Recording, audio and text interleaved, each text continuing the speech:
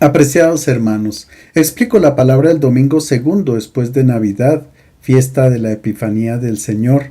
La palabra Epifanía proviene del griego epifaneia, que significa manifestación, aparición o revelación. Con este término designamos la manifestación de Jesús a la humanidad. La Iglesia celebra 3 Epifanías del Señor: a los Reyes Magos, a Juan Bautista en el Jordán y a sus discípulos cuando transformó el agua en vino en Caná de Galilea. Tanto la Navidad como la Epifanía tienen su origen en la fiesta pagana del culto al sol, llamada Natalis Solis Invicti, que se celebraba en todo el Imperio Romano. Esta fiesta también se llamaba Dies Natalis o Nativitas, que dio origen a nuestra palabra Navidad y que se celebraba durante el solsticio de invierno. Solsticio es una palabra que proviene del latín sol y del verbo sistere, que significa permanecer quieto. Así se denomina al tiempo en que la posición del sol en el firmamento se encuentra a la mayor distancia del ecuador y cuando parece que el sol se detiene por unos días, pero luego renace y comienza a brillar con mayor intensidad y los días comienzan a alargarse. El solsticio de invierno tiene lugar entre el 21 y el 22 de diciembre para el hemisferio norte y entre el 20 y el 21 de junio para el hemisferio sur. La fiesta del sol significaba el triunfo de la luz sobre las tinieblas, es decir, el sol invencible. Cuando Constantino, el emperador romano, se convirtió al cristianismo, cambió la celebración de la victoria del sol material por la victoria de la luz que ha venido del cielo, que es Cristo, que ilumina las tinieblas de nuestra mente y de nuestro corazón. Era fácil sustituir el simbolismo del sol por la persona de Cristo, porque en la Biblia se habla de él como la luz verdadera y como el sol de justicia. Zacarías en su himno dice: bendito sea Dios que nos ha visitado como un sol que nace de lo alto para iluminar a los que viven en tiniebla y en sombra de muerte y para guiar nuestros pasos por el camino de la paz. La fiesta de la Epifanía del Señor tiene su origen en la Iglesia Ortodoxa o de Oriente desde el siglo III a.C. y recibe el nombre de Hagia Phota, que significa Santa Luz. Se celebraba entre los miembros de la secta de los Basilidianos de Egipto, 13 días después del solsticio de invierno, es decir, entre el 5 y el 10 de enero.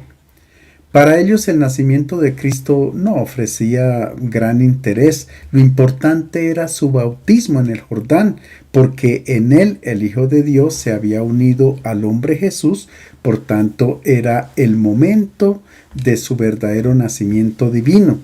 En cambio, en la Iglesia Católica Romana celebramos la Epifanía o manifestación del Niño Jesús a los Reyes Magos y en general a todas las naciones de la tierra.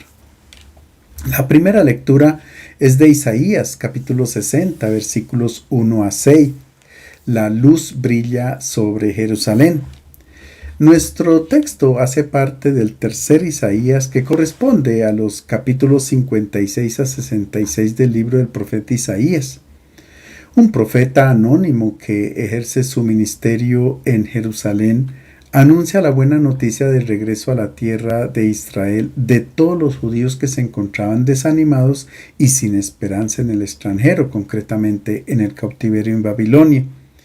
En el año 587 a.C. los asirios habían destruido Jerusalén y habían deportado a los más notables del pueblo de Israel.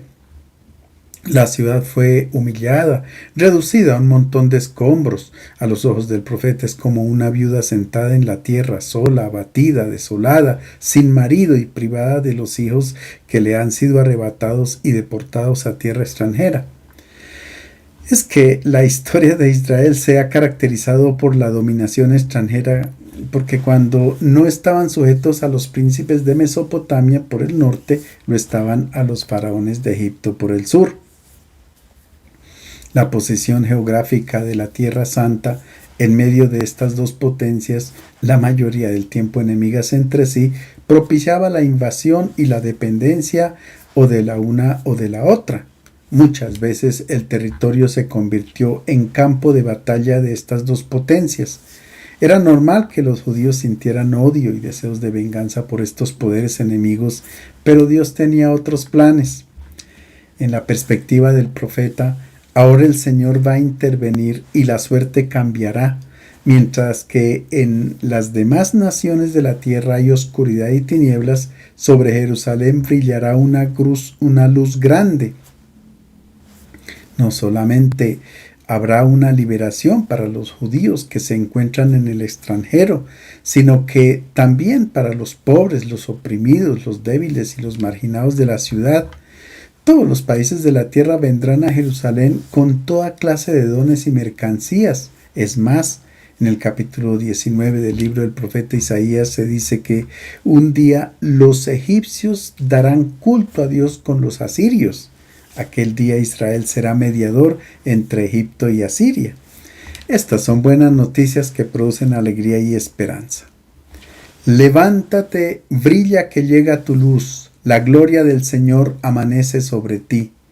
Mira, las tinieblas cubren la tierra, la oscuridad los pueblos, pero sobre ti amanecerá el Señor, su gloria aparecerá sobre ti, y acudirán los pueblos a tu luz, los reyes al resplandor de tu aurora.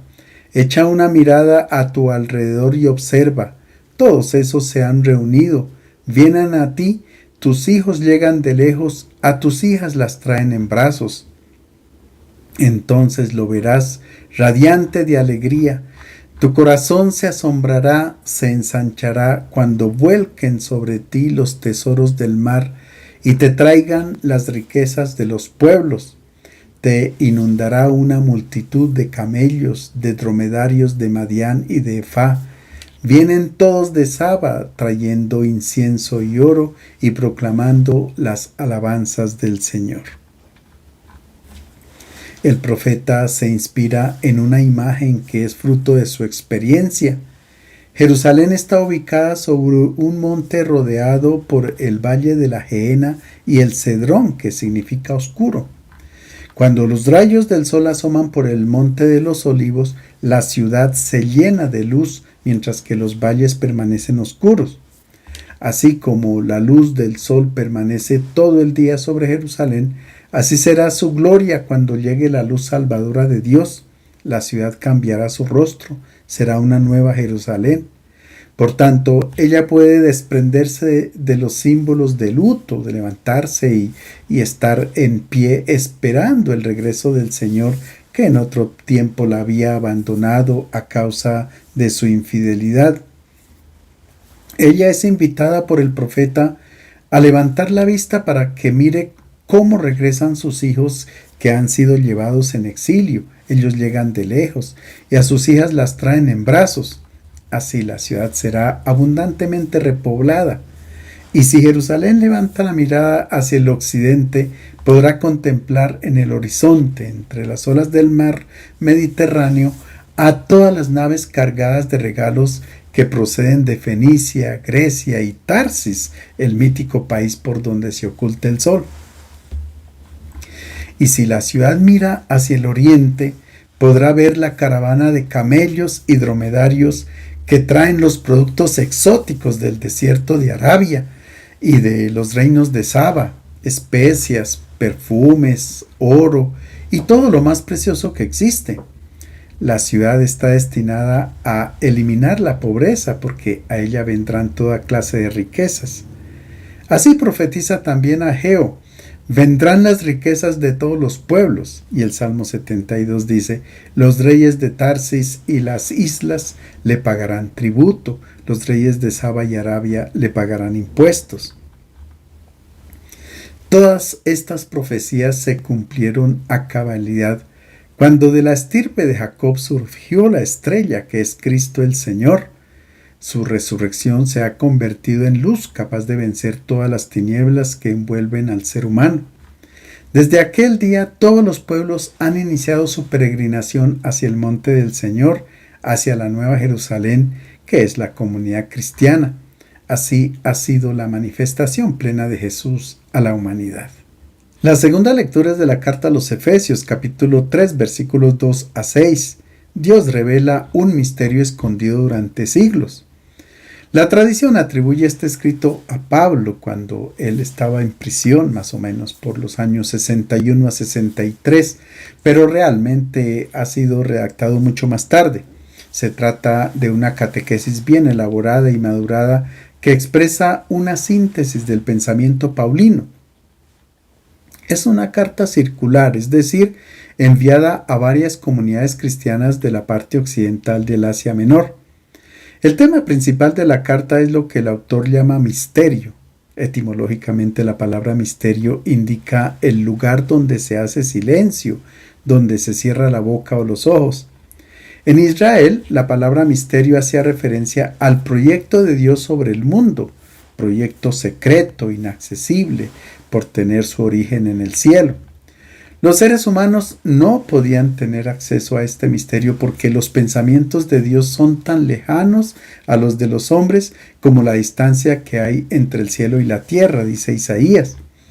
Para el autor de la carta a los Efesios, el misterio hace referencia al plan salvador de Dios, definido y elaborado desde siempre, escondido durante siglos, revelado y hecho realidad en Jesús de Nazaret, comunicado a los apóstoles y en los últimos tiempos hecho presente en el mundo por la Iglesia. Cristo lleva a cumplimiento el misterio cuando reconcilia a judíos y paganos formando un solo cuerpo que es la Iglesia. En nuestro texto se presenta a Pablo como el testigo del misterio. Hermanos, supongo que están informados de la gracia de Dios que me ha sido dispensada para provecho de ustedes. Fue por medio de una revelación como se me dio a conocer el misterio, tal como acabo de explicárselo brevemente. Lean mi carta y comprenderán cómo entiendo el misterio de Cristo. Este misterio no se dio a conocer a los hombres en las generaciones pasadas. Sin embargo, ahora se ha revelado a sus santos apóstoles y profetas inspirados.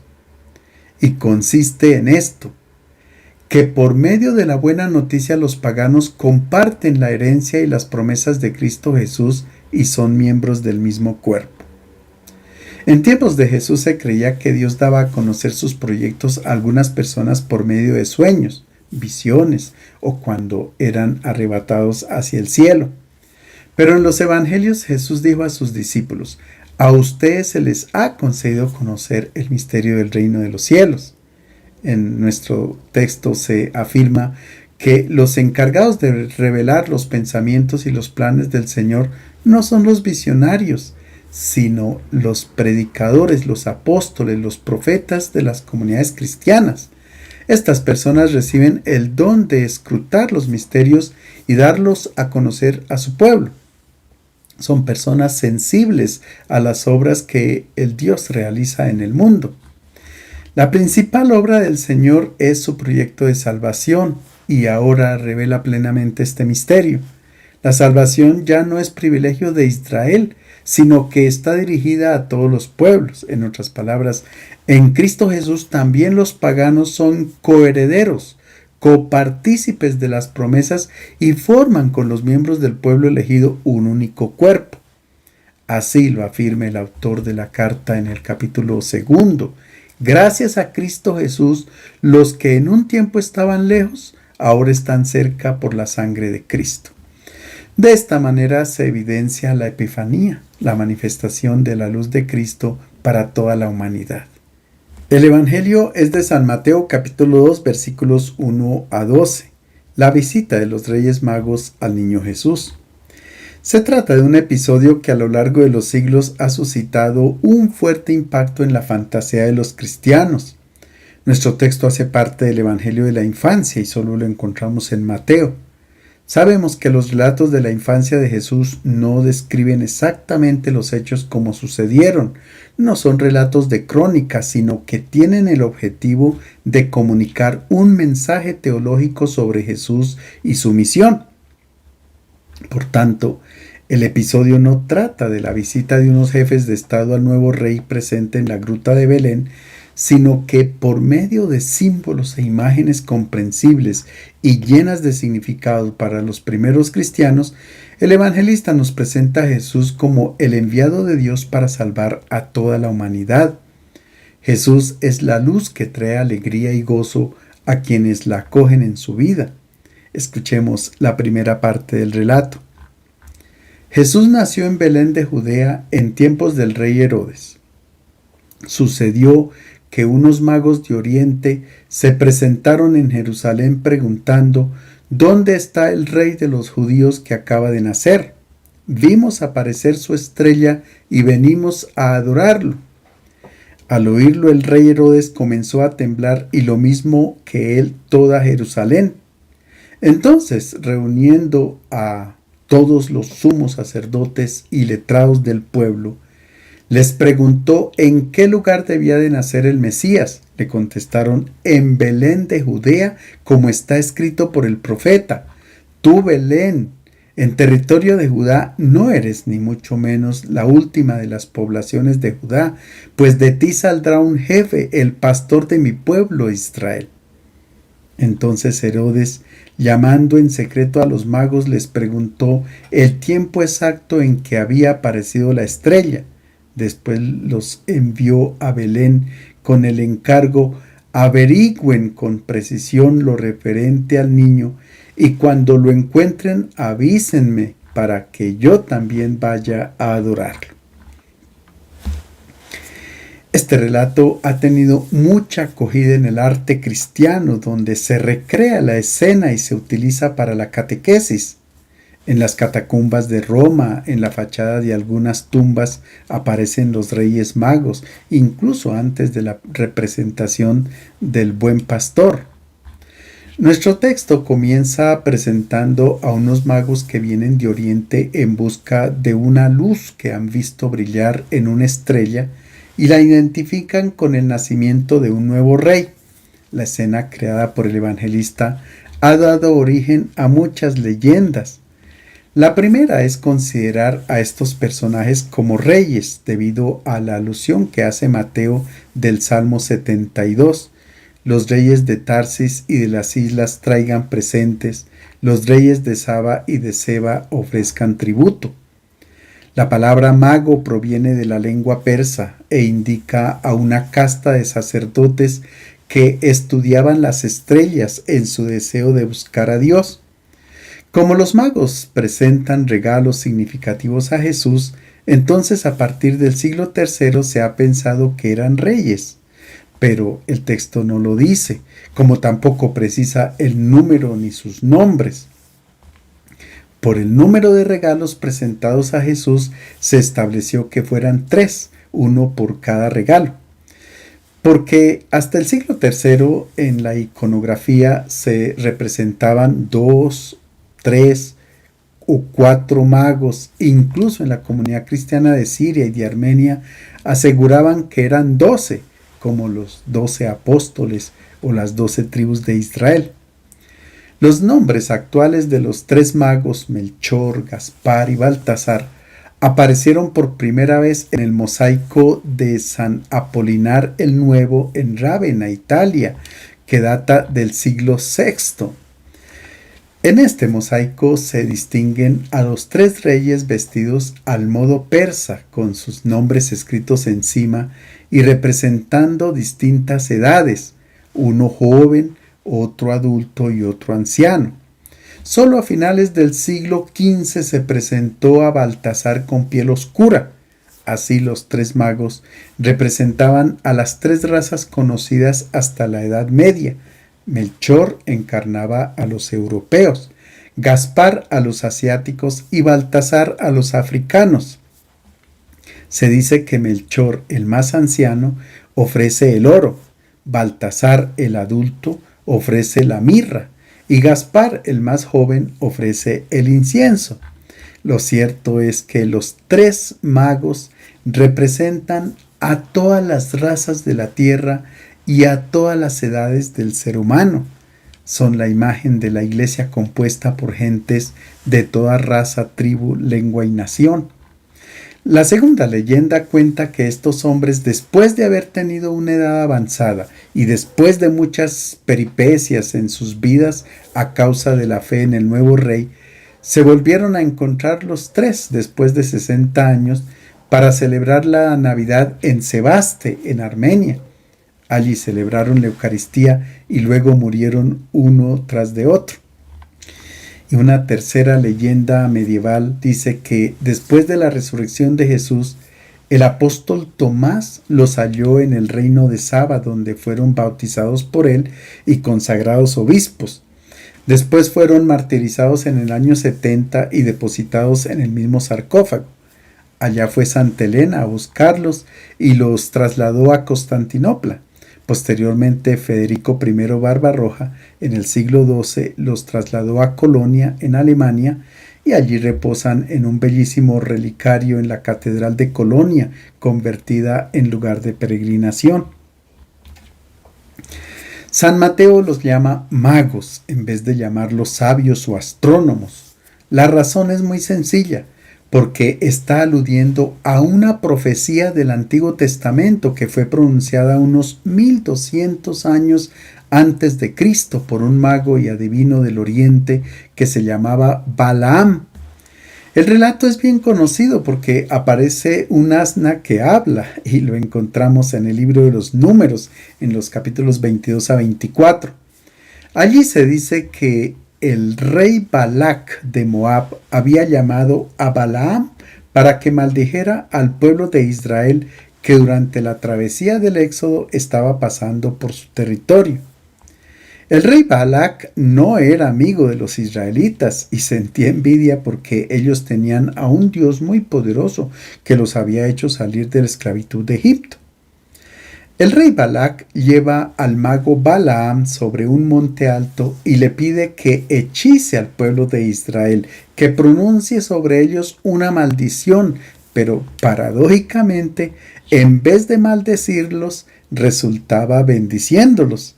Entonces el rey de Moab cambia de sitio y lleva al sabio a otra montaña, pero allí sucedía lo mismo.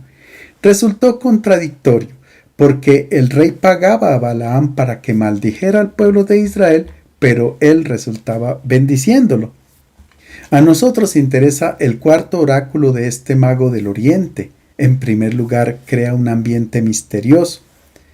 Dice, oráculo del que escucha las palabras de Dios y conoce la sabiduría del Altísimo, del que ve la visión del Todopoderoso, caído pero con los ojos descubiertos. Y luego continúa con la profecía. Lo veo, pero no es un acontecimiento que sucederá ahora. Lo siento, pero no está aquí. Lo contemplo, pero no de cerca. Una estrella se levanta de la estirpe de Jacob. Se eleva un reino nacido en Israel. Un descendiente de Jacob dominará a sus enemigos. El autor hace referencia a una estrella que debía surgir de la dinastía de David y que en su momento hacía referencia al rey Josías. Mateo dice que los magos del Oriente han visto surgir la estrella de la dinastía de David, la que inicia un reino sin fin. Esa estrella es Cristo Jesús. Por tanto, la estrella de Belén no hay que buscarla en el firmamento, no es el cometa Halley, sino que está presente en la Sagrada Escritura.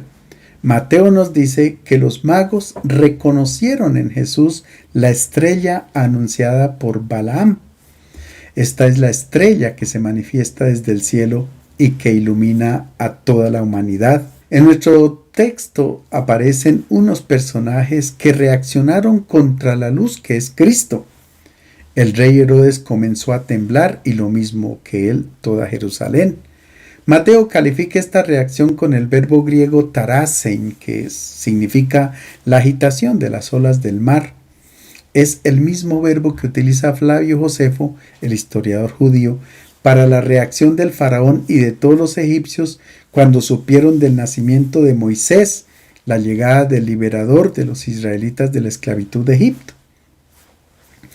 Herodes el Grande tenía mucho miedo a perder el poder Ya dentro de su misma familia había asesinado a unas 10 personas que habían intentado arrebatarle el reinado, entre ellos a 2 de sus hijos, Alejandro y Aristóbulo, en el año 7 a.C. Era muy normal que se asustara ante la llegada de un nuevo rey. Y con Herodes también se agita toda Jerusalén. El evangelista presenta una imagen negativa de la ciudad como envuelta en tinieblas, conservadora del mundo antiguo y de sus tradiciones, apegada a la religión del templo, que era un comercio con Dios. Jerusalén era poco receptiva a la nueva luz que presentaba una nueva forma de comprender a Dios y de relacionarse con Él. Mateo hace un fuerte contraste entre los gobernantes, los habitantes de Jerusalén y los paganos. Quienes habitan la ciudad están instalados en su posición y en su poder político y religioso. Son los reyes de este mundo los que dominan, incluso involucrando a Dios para que los proteja en su condición de poder y de dominio. Estos personajes no se mueven, son estáticos, codiciosos del poder y del tener. En cambio, a los magos los caracteriza la mirada hacia lo alto y no sobre los valores de este mundo. Ciertamente hay que tener los pies sobre la tierra, pero la mirada hacia el cielo. Es natural del ser humano interrogarse por su existencia, por el sentido de la vida y de su final. Los magos ven la luz y se ponen en movimiento. Su paganismo y su religión no los satisface. Buscan el nuevo reino, un reino distinto a los de este mundo. Van detrás de la estrella que no tiene ocaso. Es por esto por lo que son muy cercanos a nosotros y muchas veces nos identificamos con ellos. Mateo escogió a los magos como símbolo de todos los paganos que, antes que los mismos judíos, abrieron los ojos a la luz de Cristo. Realmente somos nosotros estos magos, y Mateo nos invita a asemejarnos a ellos, a que alcemos la mirada y nos dejemos iluminar por la luz del cielo que es Jesucristo. El reino que Jesús trae es el del servicio, no el del dominio, no es el del que se sienta en el trono, sino el que lava los pies de sus hermanos.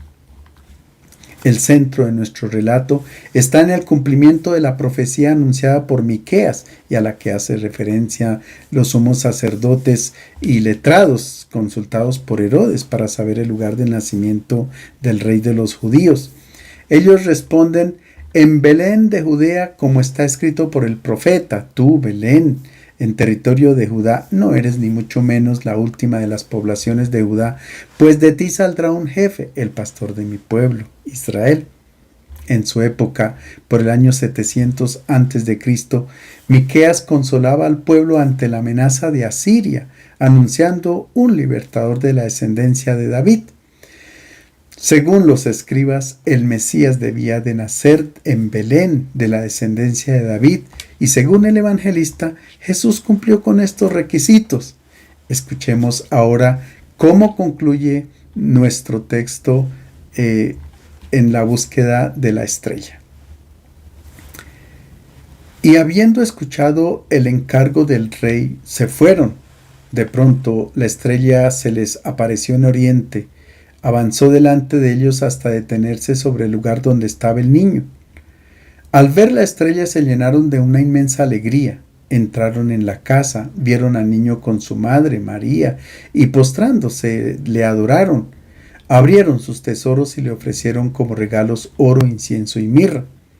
Después, advertidos por un sueño de que no volvieran a casa de Herodes, regresaron a su tierra por otro camino. Los magos no ven la estrella en Jerusalén, la ciudad rodeada por tinieblas, sino solo cuando están fuera de la capital, cerca de Belén. En algunos pasajes bíblicos la ciudad tiene un aspecto negativo. Es el lugar de la violencia, del poder, de la explotación y del modo de pensar de acuerdo con los valores de este mundo. Al ver la estrella, los magos experimentan un profundo gozo. En griego se dice Harán Megalenes Fodra, que significa un gozo grande e inmenso. es que el camino hacia la luz comporta un gozo inmenso. Cuando acogemos la propuesta del Evangelio encontramos paz y armonía, alegría y felicidad. Los magos nunca se extraviaron de la dirección hacia la luz y cuando encontraron a Jesús le ofrecieron sus dones, oro, incienso y mirra. El evangelista está haciendo referencia a una cita del libro del profeta Isaías con referencia a Jerusalén. Te inundará una multitud de camellos, de dromedarios, de Madián y de Efá. Vienen todos de Saba trayendo incienso, oro y proclamando las alabanzas del Señor. Es por esto por lo que representamos a los magos montados sobre los camellos o dromedarios. A los dones referidos por el profeta, oro e incienso, se adicionó la mirra. Con el oro se pagaba el tributo a un soberano. Quienes han visto la luz reconocen a Jesús como Rey y quieren formar parte de su reino. El incienso se utilizaba en el culto y solo los sacerdotes podían ofrecerlo en el templo. Los magos son también sacerdotes que ofrecen incienso a Dios y reconocen la divinidad de Jesús, un elemento importante para la comunidad de Mateo por el año 80.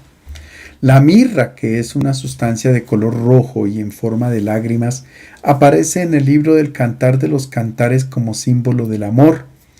La esposa dice al esposo: mi amado es para mí como una bolsita de mirra que reposa entre mis pechos. Y más adelante dice el esposo: he venido a mi huerto, oh hermana y novia mía, he recogido mi mirra y mi perfume. Los magos establecen una relación de amor con Jesús, el hombre mortal que ha de sufrir y donar su vida por amor a la humanidad. Nuestro pasaje termina diciendo que los magos regresaron a su tierra por otro camino, ya no por el camino de antes, porque han descubierto la luz que les indica una nueva vida al lado de la estrella que es Cristo Jesús. Les deseo un feliz domingo.